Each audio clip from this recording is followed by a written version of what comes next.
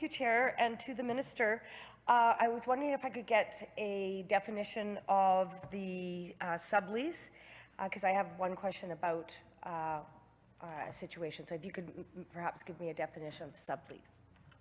Thank you. So in a sublease situation is when a tenant has to leave for a short period of time, and with the landlord's permission, they offer a sublease to another tenant who then is going to move out at the end of that sublease. Member. So the concern that my constituent had, and I'll just read it, the concern is the requirement that a landlord cannot, quote, withhold consent to a sublease or assignment if there are 6 months or more remaining in the term, unquote. And his point was that tenant mix is important not only to landlords who must arbitrate conflict between tenants, but to all tenants in a building. And his point is that landlords should be able to determine that mix. Is that issue covered in this section? Minister. So this 6-month component is a subsequent amendment. So that's already been in there. It's always been in there. Pass. Oh, member for North Vancouver Seymour. I wasn't too sure whether or not this was a Section 3 or a Section 5 question. So I didn't want to miss out on the Section 3 part.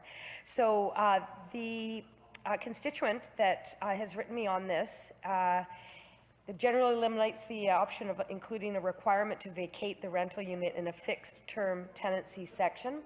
My question, and I may as well just, because he's got a scenario here, so I'd just like to read it out into the record. I understand this is proposed to prevent landlords from forcing tenants to enter a new tenancy agreement with higher uncontrolled rent at the end of a fixed term.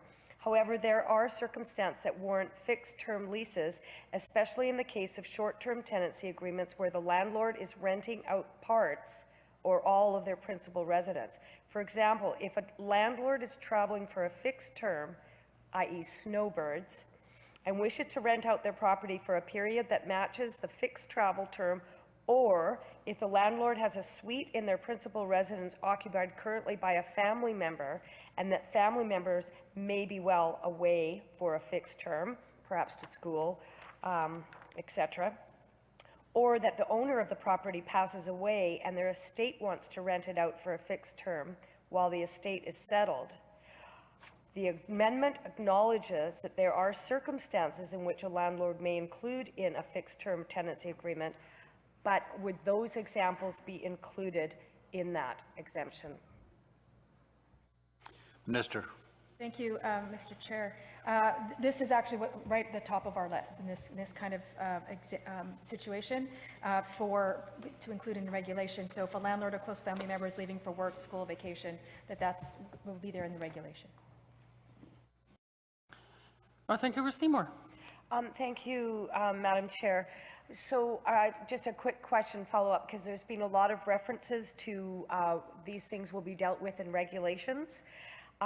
Do you have any, or does the Minister have any idea of a timeline as to when these regulations would come into effect, since the bill could change agreements immediately and landlords need certainty? Minister for Municipal Affairs and Housing.